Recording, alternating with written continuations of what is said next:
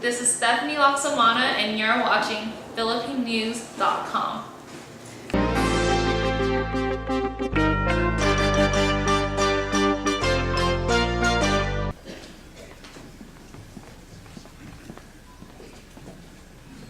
Thank you, Pastor JBE.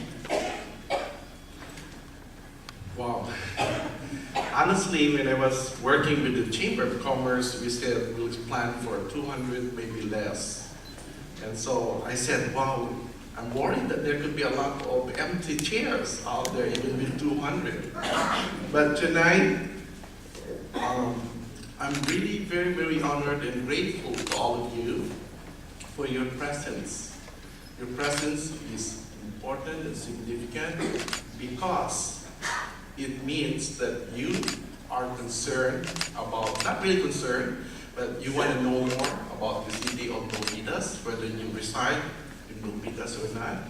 You want to know more, what's the secret of Milpitas, why we are doing well, booming. You want to know what's happening to the environment of Milpitas. And I'm very honored to present that as mayor of the city of Milpitas. So with that said, before I continue, I want to thank the Chamber of Commerce for sponsoring this event led by the CEO, Carol Casal.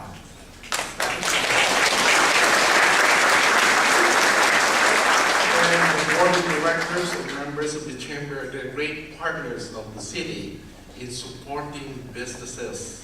That's why we are continue to have more and better businesses in Milpitas. I want to recognize again my colleagues in the City Council because they are part of the leadership team. You know, I don't do things alone, we do it as a council. And we have, I think, a very excellent council. So please stand, the members of the council. Vice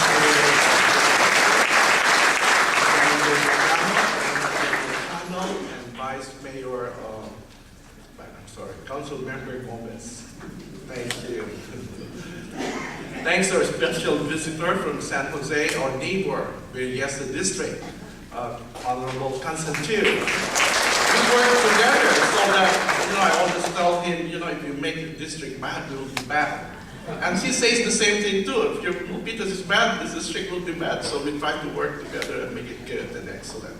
So thanks for being here, and Daisy. To my wife, Susan here, thank you. Also, you know that I'm able to do the things I do because of her. Many, many things in life, family, home, many other things she does. And in addition to that, of course, the inspiration, the pep, the courage, and the strength. That's why I want to thank her too. Tonight, as I look around, I can see diverse people coming from diverse communities. And rightfully so, because Milpitas is a very diversified, is populated with a lot of diversity. And tonight we have come together and say, let's see what's going on in the city of Milpitas. So thank you, all of you, for being here. Each one of you is significant to me because you're part of the community, you're part of the community at large, and all of us together could make any place, anywhere, the best. So thank you, and I see lots of leaders, but I will apologize that I will not be able to recognize each one of you in the interest of time. Okay, so, did I miss anything? Oh, I want to thank city staff led by our city manager, Tom Williams over there. I felt like they're doing a great job. The city council does work with city staff. And of course, it takes two to tango. And if one is not as excellent as the other, things may not work. So I'm happy that they're working excellently with the city council. Okay. So, good evening, everybody. And again, thank you for attending tonight's State of the City address. As mayor, It is my privilege to present my views this evening on the state of our city now in 2013.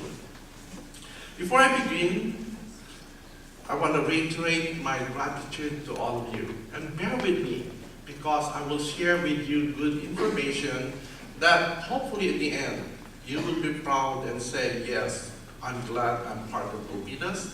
I'm glad I know Milpitas, and hopefully you have learned more about Milpitas. If there is a theme to my comments today, it is that of a reality check for Milpitas. Allow me to begin by speaking plainly about our past budget crisis and the steps taken for a positive turnaround. These are our past challenges, our accomplishments to overcome them, and our future endeavors to always improve. Our current financial rating is outstanding. That's the end point. It's AA+. Our outlook is very positive. We have been responsible to our citizens and business community by cutting costs internally and redefining our service delivery without compromising the services we deliver. The last several years have been the most difficult in the city's history. But through the leadership of the City Council, our commissioners and management team and staff, we have weathered the storm and now find ourselves in a better position than we ever have been. That tonight, I'm happy to report to you that the city of Milpitas has made tough decisions and made sacrifices to become fiscally solvent, an accomplishment that not all can claim. 1 year ago, Milpitas faced a dire financial situation. It was a time for new ideas,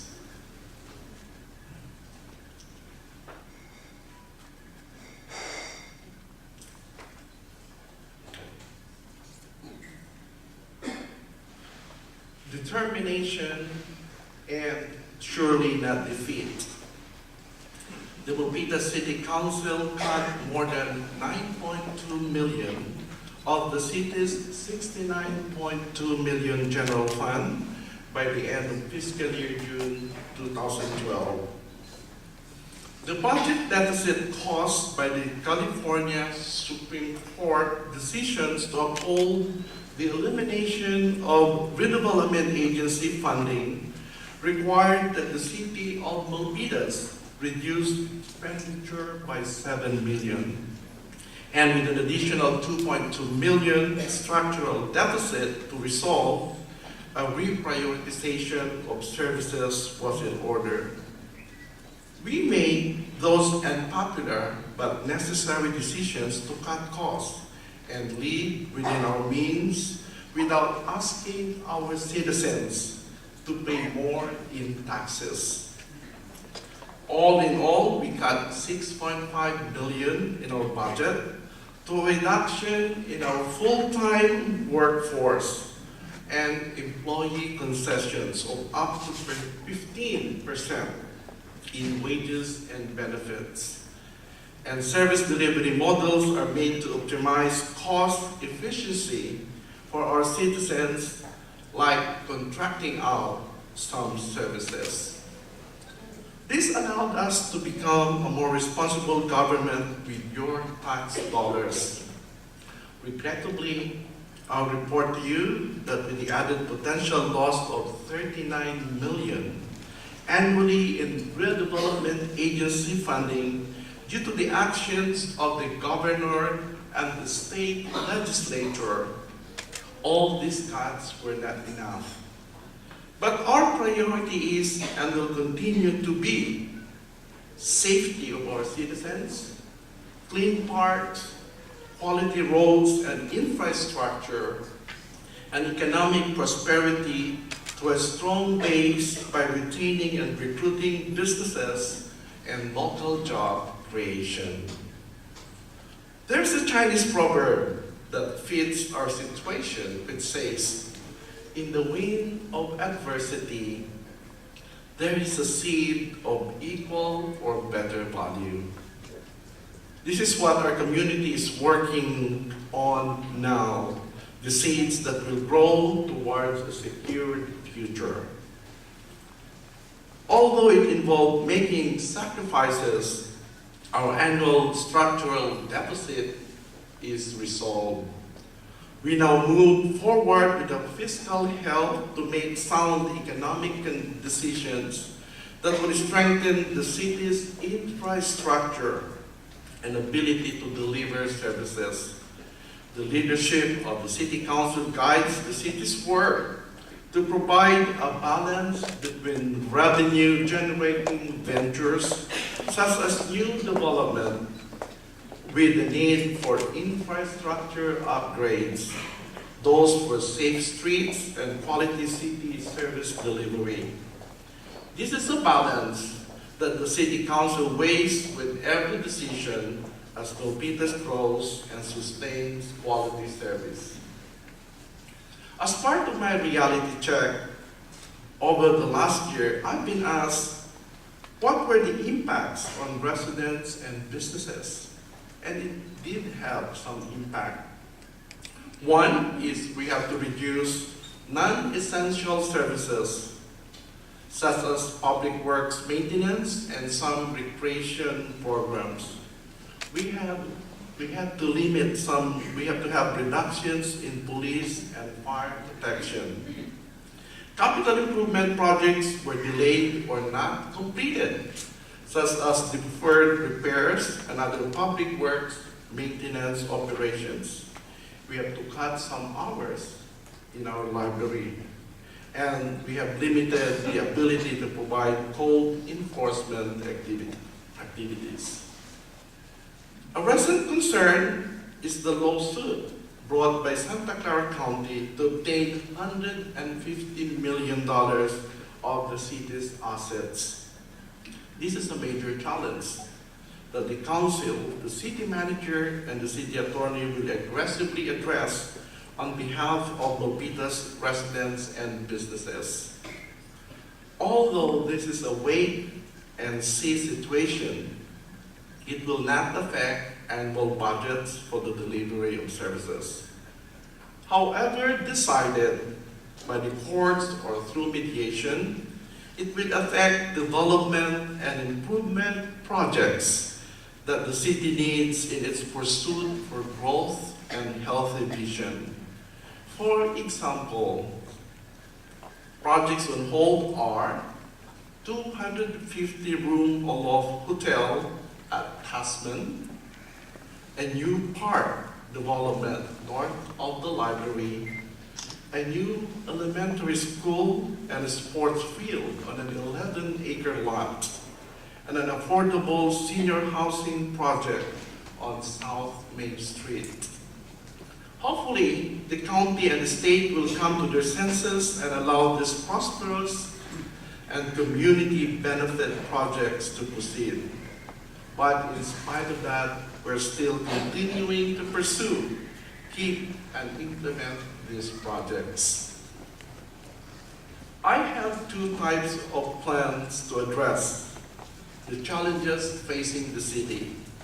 One is the concrete plan, something tangible and visible. And the other one is visionary, something futuristic. We do have concrete plans in place and various accomplishments to keep and maintain current programs and services for residents and businesses. This will be accomplished through a strong financial projections and budgeting to monitor our economic situation.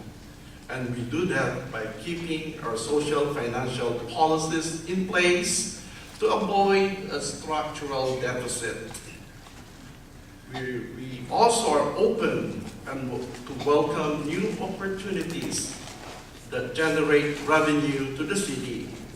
We manage sales and hotel tax revenues, which continue to improve with slow but steady gains. and we maintain same level of services but at a lower cost to the city. Now, talking about cost, as I said, we have cut pay and benefits for employees. In fact, we now have a two-tier system pension plan for newer employees. And of course, I want to thank the different labor union groups for their cooperation in this matter. Now, you might say, what is the city council doing? How about them? How about us? Okay, because that's always the question. And so I would say, in spite of the already low compensation that your elected officials have, we also have salary reduction of 10%.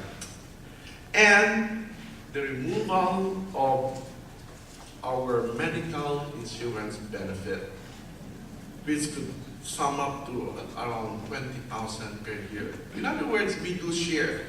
When we have a burden, we lead as well in sharing the burden. In fact, we added more, like to become more transparent and increase trust in government. We have an ordinance where we have to disclose if we have a conflict of interest with respect to any council agenda item. And now, we have to disclose also if the party to an agenda item has contributed to our campaign or done any kind of donation to us. Parties could be a developer, a city contractor, or a labor union group. This is for the public to better scrutinize us regarding our relationship with a potential party that the city will contract with.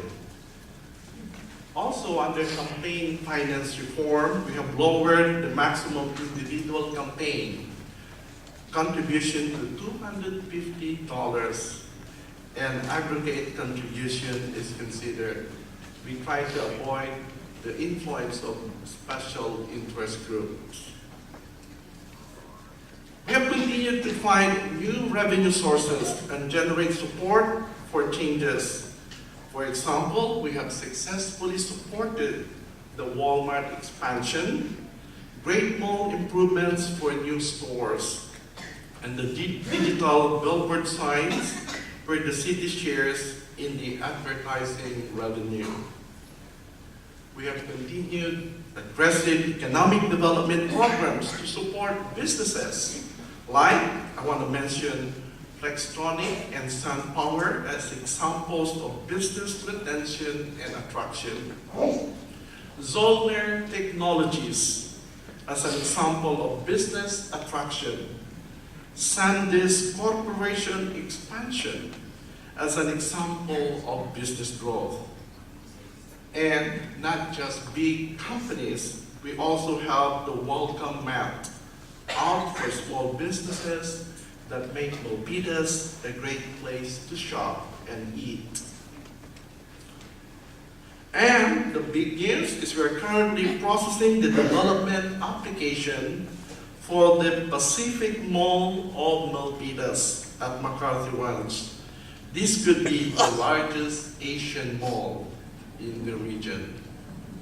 Okay. We continue to process development and applications for mixed-use and residential projects in the transit area specific plan, the area around the BART station site. As you can see, many economically viable development and infrastructure development projects are in the works, especially in the transit area plan and other commercial areas of Milpitas that will strengthen the base that supports our general fund. This in turn allows the city of Milpitas to provide quality services well into the future. Under city services, we excel as well. We offer business-oriented and improved services that generate revenue. For example, we have the ability to easily locate building vacancies using an online program. In the Building and Safety Department, they have achieved the highest rating in ISO quality standard. What is ISO? That's the highest rating of Class 1 in both residential and commercial construction from the Insurance Services Office, ISO, for well-enforced, up-to-date codes, making Milpitas one of the very few cities nationwide with this top ranking. This concept means that we have safer buildings, less damages, and better insurance rates to residents and businesses. Because insurance try to assess the quality of inspection that the city does, and they know that we do excellent job with updated code and good enforcement. We have also online plans submittal permitting process to further improve customer service, streamline the permitting process, and promote economic development and increase staff productivity. Our building and information staff developed and introduced the new online plan check service, where an applicant can submit their building permit applications and plans online, pay fees, receive plan check comments, and earn permit online as well. Also, in land development engineering, applicants are able to schedule inspections, check status of their permit applications, and inspections online as well. And the good part is when we're doing all this work, we have introduced an online customer satisfaction survey. And today, more than 95% of our customers rate our services as excellent and better than other cities.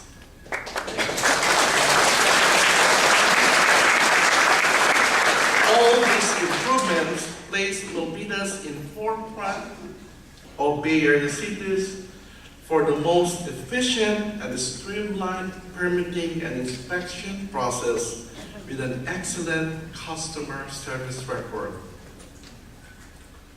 We carefully select capital improvement projects and new developments that improve our safety and well-being, such as the focus on street improvements, maintenance, and repair. We maintain what we call a PCI, a Pavement Condition Index. It is the pavement management program to ensure good streets and roads, which is better, and we have a better, higher number than many of the cities around us. So don't be surprised if you drive around and you see our good roads. It's because we manage them to the PCI index of at least 69. Lately, we have celebrated completion of a new park, the Alviso Adobe Park, which opened March 16, 2013. I asked you to visit the park. It has one of the oldest buildings in the area, which we have restored, and in the background of a beautifully improved park, right on Piedmont and Calaveras. Now, you might want to know, how about crime rate in Milpitas? How are we doing? It's important to all of us. We all know that property crimes like burglaries increase. On the other hand, most serious offenses in Milpitas have tremendously decreased, bringing a total of 3% plus in increase in crime. But on the other hand, we have to do some comparison in the region. You might want to know that in the areas around us, the increase in crime rate could be as much as 24%. The good news is that we have reduced our average emergency response time to 2 minutes and 36 seconds, a 12-year law. So when you call a police, look at your watch. Okay? And yes, they're proud of that performance because it's a service to communities like all of you. Our police department, on the other hand, is continually developing new strategies to effectively combat the statewide trend of increased crime activity. By the way, in Milpitas, we have kept the ban on marijuana dispensaries. In other words, no marijuana in Milpitas.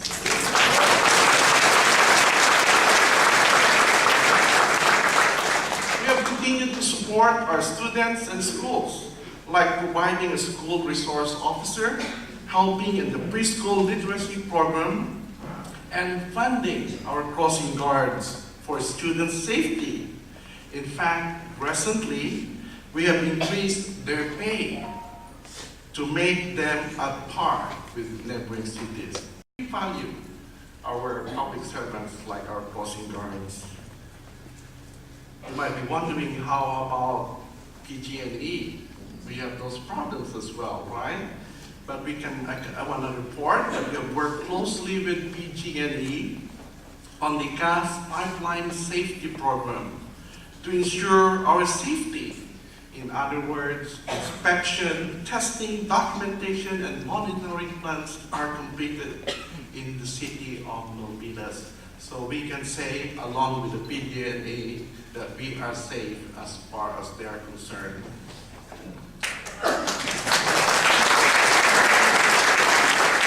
We have the people of PG&E tonight, so I'm glad. I want to thank them for their partnership with the city as well. Oh, there she is. Okay. Okay, thank you. Thank you. To sustain resources and public infrastructure in the long term, now we're talking long term, because we cannot just live for today. We have to plan for tomorrow. We need to have a vision or a visionary plan and the strength for the future. We plan to manage city employee benefit reductions so that the wages to benefits ratio is capped at 50% or less. Yet, salaries will remain to be competitive with the private sector. We thought like it's a good way of spending taxpayers' money as well. Be competitive. We will encourage new development and projects that bring people to Milpitas, including the continuous work towards the new BART station, which will be operational in 2017 or 16. Okay? And continue to implement whatever we have on the transit area specific plan to bring new revenues into the city. There's a big issue that you might want to hear about, and it's the odor issue in Milpitas. We have two areas that we are looking into. One is the water pollution control plant. We're working with the city of San Jose so that Milpitas will have the technological solution to the one source of odor. The plant master plan is a 30-year retrofit of outdated infrastructure, and updated odor controls will be in place within the next 10 to 11 years or less. Now, with respect to the New Big Island Resource Recovery Park, we will continue the dialogue with Republic Services, formerly known as Allied Waste Services, the landfill owners, and the City of San Jose, the local enforcement agency, to reduce odors with updated procedures at the composting facility. Most of the smell that we smell come from the composting facility, so we're trying to look into that more closely. And at the same time, there will be a new fleet of compressed natural gas trash vehicles in Milpitas streets this summer to decrease the concentration of carbon dioxide in the atmosphere. And lastly, we will be engaging the community, which will be you and residents, in a series of town hall meetings and workshops that will be part of the city's strategic planning process as we move into a new and sustainable and more prosperous direction. So watch out for town hall announcement. Get ready to give your input. Now, how about new developments? People ask, how would you fund, how would you maintain and support new developments? You know, with all of these circumstances. I would like to report that all new residential and commercial development, like the more than 3,000 homes coming up at the Great Mall area, will pay its own costs for ongoing city services and operations, infrastructure needs, and recurring costs for public safety and maintenance.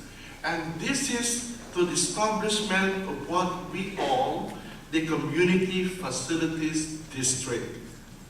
Every new rooftop is required to join the Community Facilities District so that the cost for serving our growing population will be paid for or adequately funded. So I tell people, don't worry, you know, we have to take care of growth, we have to take care of maintenance as well. In fact, we just updated what we call the transit area specific plan. This is the area around Great Mall where we have a lot of development. We updated the FAME to ensure that new infrastructure and amenities in that plan area are accomplished through private development. No taxpayers' money or your money. In addition to that, we also have an ordinance to not allow conversion of selected job sites, zones to residential. And this is to maintain the balance of homes and job sites. You might not know, but Milpitas continues to have more jobs than population because we give them people come to Milpitas to work. Our fire department plans to assess services to these new developments through its standards of response coverage document.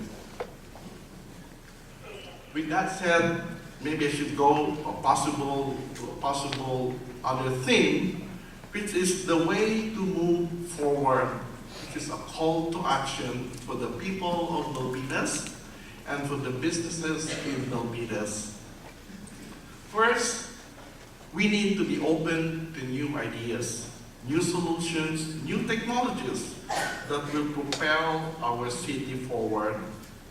Second, we need to work together cross-culturally with the diversity that we have to meet the challenges of the future. And third, we need to commit ourselves, all of us, as community members, as businesses, and as volunteers, to take action to make Milpitas better and stronger, and to keep it clean and safe. Sometimes there are small things, but they're significant. For example, city programs that serve your neighborhood, like the crime prevention and safety, emergency preparedness, the graffiti hotlines, and even the leather tool shed, which are available to help you invest in your property and neighborhood. Or even partnering with Milpitas businesses, whether it's the simple thought of Shop Milpitas. I know we can do all of this, and we must. We will do it as Team Milpitas. Does it sound cool? I think so. Team Milpitas will work for the future of a wonderful city. In closing, I know you're getting tired, right? Well, too bad I got more good news. But let me close at this time and talk to you some more at a later date. I know that many of you have been helping our city, whether as volunteers in city commissions and religious institutions like the Milpitas Cares by the Christian pastor and churches, and in service organizations like Lions Club or us individuals you have been helping for years. I thank you for your dedication and commitment to serving Milpitas, and I applaud your contributions and encourage you to continue working with the city. You are the foundation of making Milpitas better.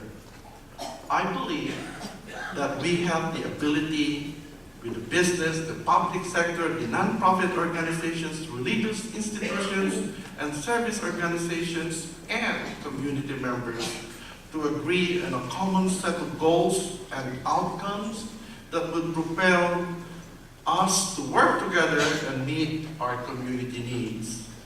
We have the power by just working together to serve our needs. Let's continue to come together and build a strong coalition that will move us forward. We have moved past the recent challenges of the economy. We have made the hard financial decisions affecting our city, and we have plans and a vision for the future. Now is the time to move forward together. I ask for your commitment, your ideas, and your enthusiasm to make Milpitas the very best. Take actions tomorrow and continue to do so. Actions that encourage partnership to support community-based and economic development priorities. In this way, you can be involved with forward planning decision-making that leads us to a very secure future. So great time this year, great times in the future. So thank you all for being here. Thank you again for being here tonight.